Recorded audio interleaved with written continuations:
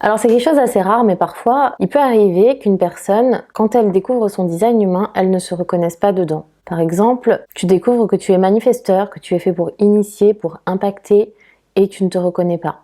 Tu te dis mais c'est pas moi, moi je suis plutôt quelqu'un de timide et réservé. Dans cette vidéo, je vais vous expliquer comment on peut en arriver là, comment ça se fait, et surtout qu'est-ce qu'on fait dans ce genre de situation.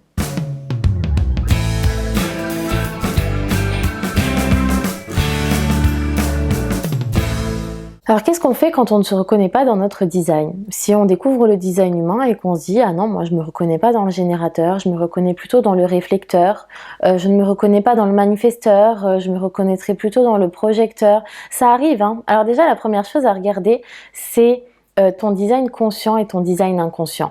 Par exemple, regarde, ici, j'ai une matrice énergétique de manifesteur. Mais si je fais ça, qu'est-ce qu'on voit? On voit que son design conscient est réflecteur et son design conscient est réflecteur également. Donc qu'est-ce que ça veut dire ça? Lorsque ton design conscient est de nature réflecteur alors que tu es manifesteur, eh ben c'est normal que tu ne te sentes pas comme un manifesteur mais plutôt comme un réflecteur.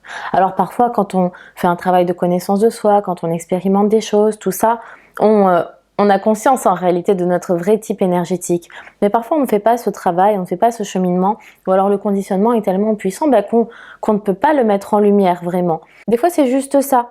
Ça peut expliquer que tu te sentes comme un réflecteur alors que tu es un manifesteur, ou que tu te sentes comme un projecteur alors que tu es un générateur, ou n'importe quel autre type énergétique. Du coup, ce qui peut être intéressant dans ces cas-là, c'est d'expérimenter ta vraie nature, ton type énergétique, les deux schémas combinés. D'ailleurs, si vous voulez en savoir plus sur le design conscient et inconscient, j'ai fait une vidéo, je vais vous la mettre en lien en dessous, dans laquelle j'explique justement un peu le design conscient, le design inconscient. Là, c'est pas le but de cette vidéo, mais je vais vous mettre le lien en dessous de la vidéo. Quoi qu'il en soit, votre type énergétique, c'est celui-ci. C'est le type global. Donc, ce que vous pouvez faire, c'est expérimenter, même si vous ne vous reconnaissez pas dans votre type énergétique, c'est d'expérimenter votre type énergétique. Ça va peut-être vous permettre de découvrir des phases de vous-même que vous ne connaissiez pas. Si vous vous sentiez réflecteur alors que vous êtes un manifesteur, essayez d'initier, essayez d'impacter, osez initier des choses, lancer des projets, lancer des actions et voyez comment ça se passe. Il y a de fortes chances que ça soit en réalité beaucoup plus fluide que ce que vous pensiez. Alors bien sûr, il faut le faire en respectant sa stratégie et son autorité intérieure, sinon vous allez rencontrer de la résistance et vous allez dire ah bah ouais mais je le savais, de toute façon moi je me sens plus réflecteur que manifesteur. Non, bien sûr il faut respecter son autorité intérieure et sa stratégie pour expérimenter son type énergétique.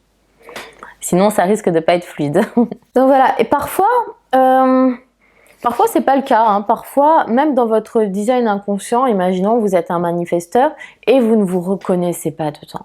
Ça, en général, c'est à cause du conditionnement.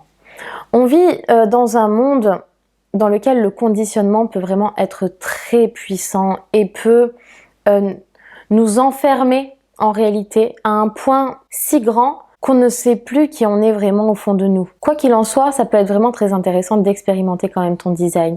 Le but, c'est pas de voir ça comme une croyance et de se dire bon, j'avais tort toute ma vie, je me pensais comme ça, alors qu'en fait, je suis comme ça.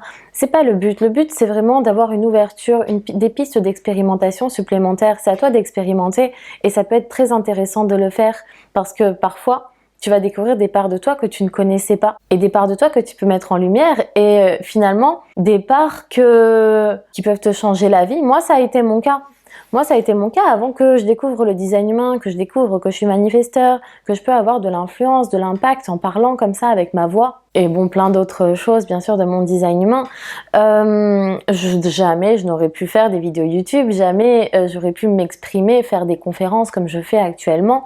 C'est quelque chose qui me serait pas passé par l'esprit. J'en avais peut-être l'envie secrète parce que j'admirais les personnes qui le faisaient, mais moi, je ne me sentais pas capable de le faire.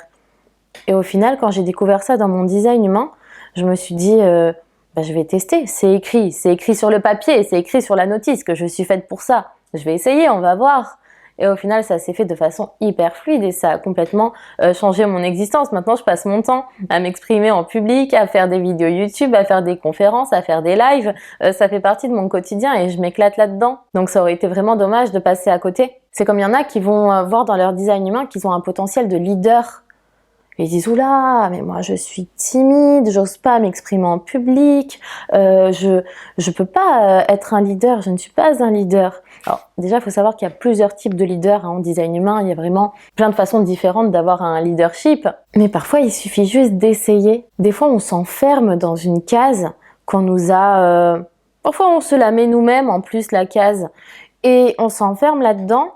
Et on se dit, mais que va penser mon entourage si tout à coup je change? Que va penser mon entourage si tout à coup j'ose me dévoiler ma puissance? Au final, souvent on a plus peur de notre puissance que de notre faiblesse. Faut l'assumer ensuite, hein, ta puissance. C'est beaucoup moins évident que ce que ça en a l'air et c'est souvent ça en fait qui nous met de la résistance. Mais le design humain, pour ça, je trouve ça cool parce que ça te donne comme une approbation. Donc voilà, même si vous ne vous reconnaissez pas dans votre design, essayez, expérimentez, testez. Vous allez voir, il y a des choses qui vont peut-être se faire de façon très fluide et vous allez découvrir des potentiels en vous que vous n'avez jamais imaginé en réalité. Voilà, j'espère que cette vidéo vous a plu. Si c'est le cas, je vous invite, je sais même plus comment faire mes phrases de fin. Je bafouille, je bégaye.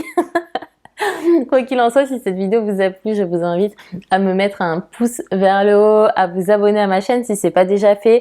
Si vous voulez en savoir plus sur mes services, sur ce que je propose, je vous invite à voir mon site internet www.marietyson.org. Vous pouvez également découvrir mes e-books. J'ai fait toute une collection de e-books que vous pouvez acheter sur mon site. J'ai créé aussi des programmes en ligne, notamment un programme spécial pour les manifesteurs. Voilà, vous pouvez voir tout ça sur mon site internet. En tout cas, je vous dis à très bientôt.